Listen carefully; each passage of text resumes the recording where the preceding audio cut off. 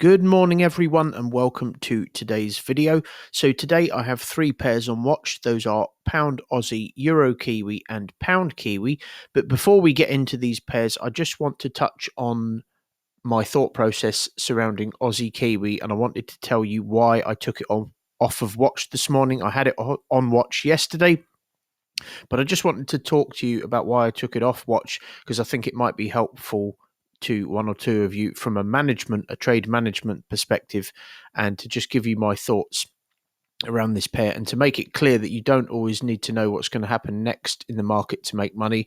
And sometimes price is just doing something which you need to just leave it alone and let it show its hand. Okay, we don't need to know what the market's going to do all of the time. Sometimes we just need to let the market develop if it's just not clear what it's actually doing. So why I was looking at this, I'm just going to run through this quickly because we've already been through this, but I'm just going to run through it quickly and get down to the lower timeframes where I think it might be of value to one or two of you. So on the higher timeframes, we have this 1, 2, 3 touch structure which taps into here, and we have this within this structure, within this 1, 2, 3, we have this 1, 2, 3 wave. This 1, 2, 3 wave. That gives me a clue that this is a completed piece of structure, this 1, 2, 3. We push down, and I was looking for impulse correction continuations to push lower. This was slightly lower on the list because we had a near miss to this area. We know that sometimes these can be filled, but we were clearly in a run of momentum to the downside. And if we were going to take out this high and take out this high, we would likely take out this low first because we corrected below this low and potentially take out this low as well. So just looking for a move from here down to here and potentially here where we could make some profit by riding that wave. Okay, so as we drill down to the lower time frames, I said to you that one of the reasons I wasn't looking for a risk entry from the top of the structure, and you'll see the structure as I drill down, is because this was excessively wide relative to this move down. Okay, the other reason is because if you just look at how price is moving, we're always analyzing the nature of price, how price is moving. We have these impulses and corrections, but from here onwards, from about here, price starts to respond to structure. So we have the impulse correction continuation, but then it starts to scoop up before the drop. So price is starting to move by way of an impulse correction continuation, followed by a scoop up and a drop, right? So we get that here, impulse correction continuation below this low, but then we scoop up and drop. So when price starts to do that, I wouldn't call this a corrective wave so much, because these corrections are forming below the previous correction, maybe not in this instance, but this is certainly moving in a kind of swinging manner. Okay, so it's moving more, it's moving by way of an impulse correction in this kind of swinging manner, right? So when it starts to do that, it's more likely that the same thing will happen again, and we have that swinging manner before the drop. Okay, so that is the reason, just to touch on it, why. So yesterday I had my ray line, if you remember, plotted here. What's going on there? Right, let's press the right button. So I had my ray line there. One of the reasons I wasn't looking for like a rejection candle here is because if we rejected from here, it was likely that we would swing. We would have that swinging manner again, where we reject from here, but then so you end up getting tagged in, tagged out. Price does that swinging manner again, swings up to this high, and we get what we call an M-style pattern, and then it drops. So that's precisely why I didn't get short on the break of this candle or this one here, because of the fact that price is repeating itself, and that swinging manner could just continue, which it did. Okay, that's why I was waiting for a push down from this area, followed by the flag afterwards, because this flag would be the confirmation that I look for that price isn't going to do what it just did and then drop. Okay, so because typically speaking, this is the banks and the big players stacking their orders for the next wave lower. So if price has been moving in a untypical manner, so normally we would see these tight flags into these slightly larger flags, and then price moves like that, and the flags typically get larger.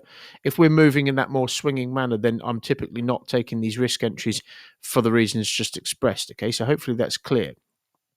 So next, when we push down to here, this might be useful to one or two of you. So we can remove this off the chart because price responded to this area of value. Notice that it narrowly near missed it. That is in my thinking as well. But when we push down below this high and below this high, that to me indicated that we were well and truly in a run of momentum. Okay, so when we pushed down to here last night, I was doing my forecast last night when price was down here. I'm looking for a correction followed by a flag. Okay, so I'm looking for some kind of flag like that for the next wave lower. Now, the last question I ask myself when I'm forecasting is, can I manage the trade? It's always the last question. So, can I manage this trade? If something like that was to shape up, we have a minimum 10 pip stop loss. Let's say this flag was slightly smaller. My drawing's perhaps not the best there, but let's say the flag was slightly smaller and I'm getting short on the break. Can I manage this down to the lows? Okay. And by manage it, I mean, can I get 3%, okay, down to the lows? And the reason we look for 3% is because if price is going to reject from somewhere, normally, you can see this is kind of rejected from nowhere, but normally it would reject from the start of a piece of structure, okay, which would be here. Now, if that was to happen, 3% would allow me, because we trail our stop losses, to lock in about 1%, whereas here, because this is in particular, because this is Aussie Kiwi, which you typically need to give more room to breathe, give your trades more room to breathe. I would only have 1.56% or thereabouts to the low if I had a 10 pip stop loss, which means that if price was to reject from this area and push higher, then I would end up with a break even.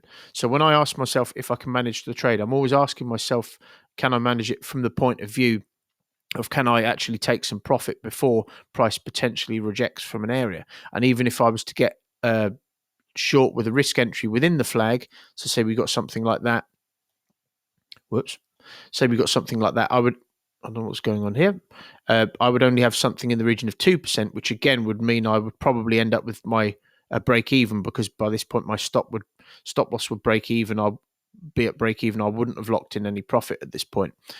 So that's the thought process around it. Obviously, if we had a flag higher up, then potentially I would have had 3% to the lows and I would have been looking at this. But for these reasons, I took the pair off of watch last night. And it is important to note as well, and we just unhide all of this, that we kind of near missed that area. So it's no surprise to me that, we're coming back up. But one of the reasons I took this off of watch as well is because we've had a sharp move up, sharp move down, followed by a sharp move up. That is erratic price action. Okay, I've been doing this, trading this strategy for 4 years, and I haven't seen too many instances of where we get a sharp move up, sharp move down, sharp move up, and then it just commits to the downside. So this is a prime example of, we don't fully know what price is doing now, and what it may be doing is, because we have a near miss to this area, notice that we near missed there, this may be something more complex. This may be something which, something which pushes down here. I don't know what's going on with TradingView today. Right, there we go. It may be something which pushes down to there, and then we kind of push up to this area, and then we have that 1, 2, 3 before the drop to potentially take out this near miss to here. But I'm just going to let price do its thing. I don't fully know what it's doing at the moment. We've got erratic price action, sharp move up, sharp move up, sharp move down, sharp move up. I'm just going to let price settle, because I've not seen, when we tap into an area like this, which has been preceded by these sharp moves, which then just plummets to the downside. So just going to let that do its thing. But I thought that might be of value to one or two of you, just to understand the thought process behind that and give you a different spin on what I normally provide. So pound Aussie on the higher timeframes, we have this. I would argue that pound Kiwi is actually my favorite of the pairs today, but I shall get to why it's last on my list when we get down to that pair. But on the higher timeframes, we have this.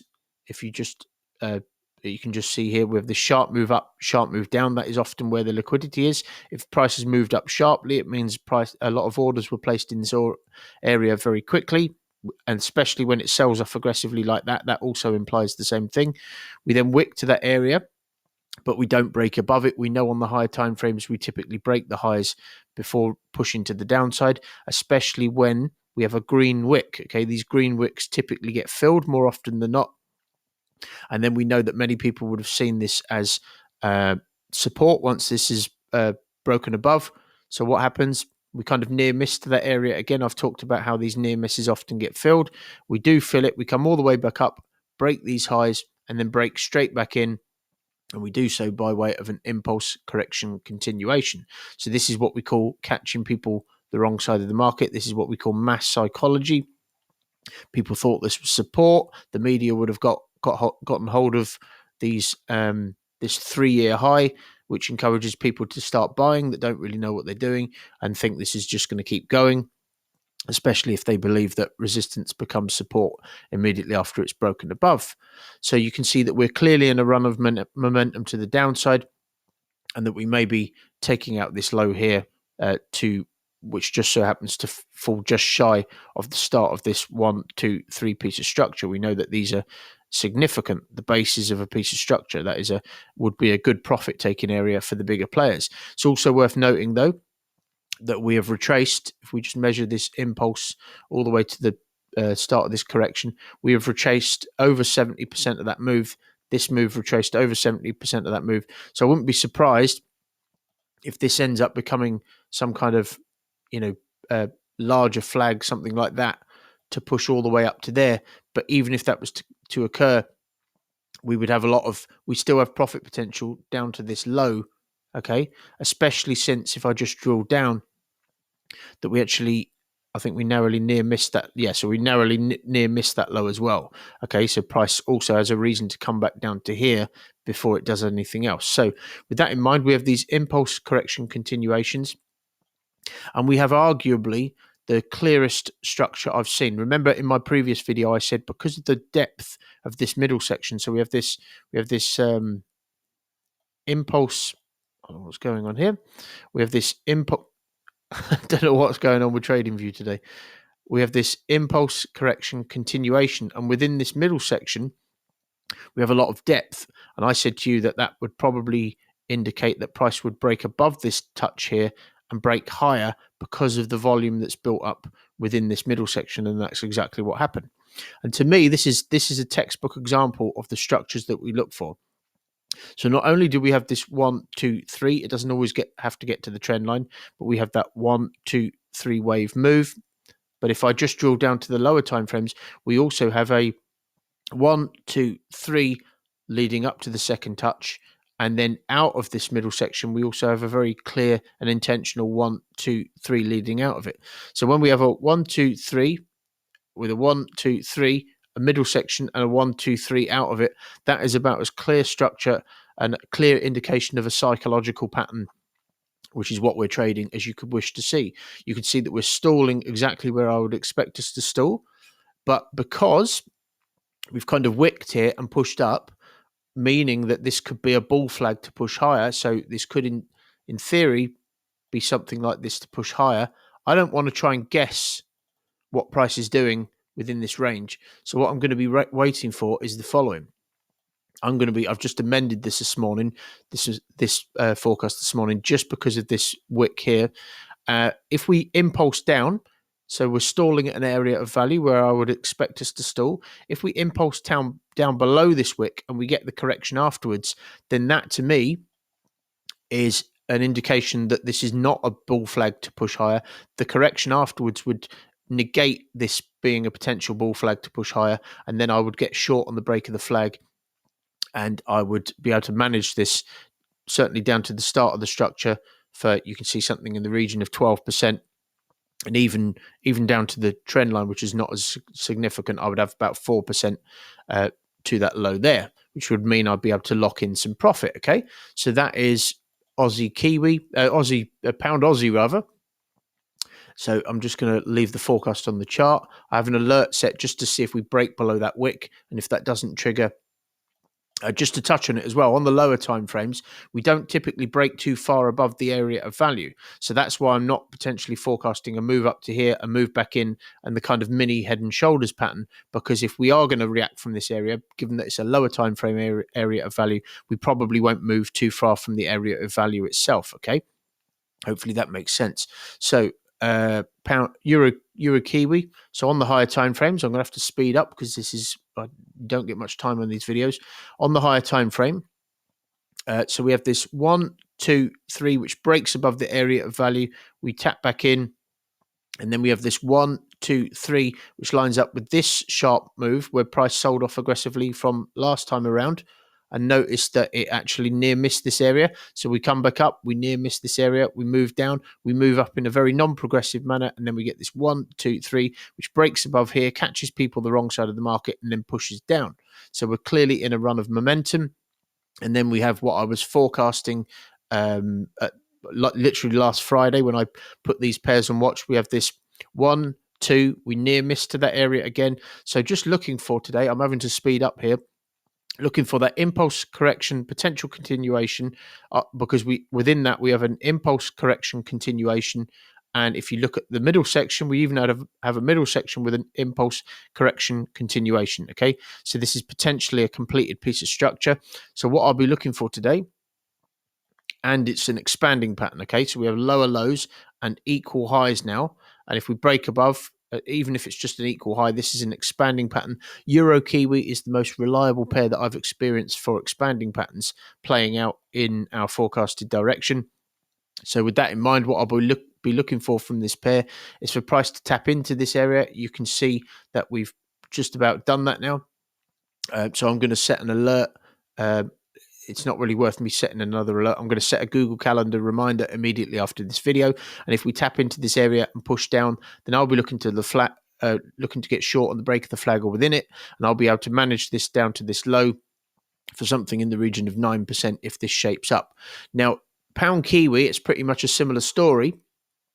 But the reason that this is last on my list is because because of the day of the week. Okay, it's Friday, and the pair that I would least like to hold over the weekend, bearing in mind that we hold our trades over the weekend, those of us who trade the Falcon strategy, the pair that I would least like to hold over the weekend because of the spreads at the weekend is pound Kiwi. Okay, so I would argue that this is actually my favourite pair, but because how wide the spreads get at the weekend, if all of these were to shape up at the same time and give us an entry, pound Kiwi would be the one that I would be least likely to take, just because it's Friday and just because the spreads get very wide. Okay, so that's the thought process. But anyway, we have this. You can see we move sideways in a very non-progressive manner. I've just cut through this wick because it just looks like a volatility spike. I'm not really interested in that. Same with this wick here. But we break above here, catch people the wrong side of the market. And one of the reasons I like this pair in particular is because of how direct the move is. You can see how impulsive that move down is. Okay, so if we're seeing this as a wick, we can then say that this is potentially a near miss to here and that this is a near miss to here, which means price is more likely to gravitate towards that area. Okay, there's nothing else to pay attention to really on the higher time frames. We can see this structure even on the daily chart. That's another tick in the books. Tick in the book. The more time frames it's visible on, the potentially the more people that will be getting involved at this area. So what do we have? We have the same thing again. Looking for that, we have this impulse correction continuation, an impulse correction continuation, and just looking for that impulse correction continuation to the downside. We've broken just above. That doesn't surprise me because this is a large structure. The larger these structures are, the more likely they are to break out slightly higher before pushing to the downside. But what I'll be looking for today is the following. Of course, if pound Kiwi is the only pair that shapes up with an entry, then I'm quite happy to take it. It's just not my preferred preference out of these three. Okay, so hopefully that makes sense. So if we push down below this area of value, then we would have washed out all of the stop loss orders and all the limit orders that were sat above this height and above there as well. And then I'll be looking to get short on the break of the flag, and I will be able to, or within it, and I'll be able to manage this down to these lows for something in the region of 11 to 12%. So that is the thought process. I've had to go through this rather quickly. I wish these videos were longer so that I could explain the entire thought process, because when they're 20 minutes long, which is Trading View's limit, then there's lots of things surrounding this thought process which I miss out just because I just can't get them all in time. But hopefully you've understood this, and hopefully, as I say, it's provided you with some value. But have a great day, folks. Have a great weekend. It's Friday as I speak. I'll be back next week with more videos. Thanks for watching, and I'll speak to you again soon.